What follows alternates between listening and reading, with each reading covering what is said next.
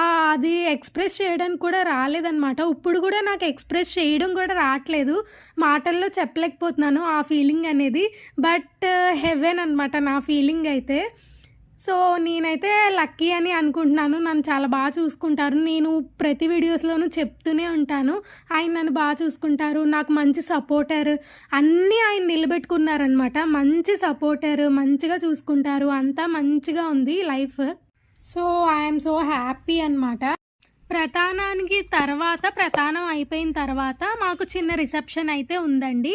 So, reception కూడా అయిపోయింది. పెళ్లి అయిపోయింది.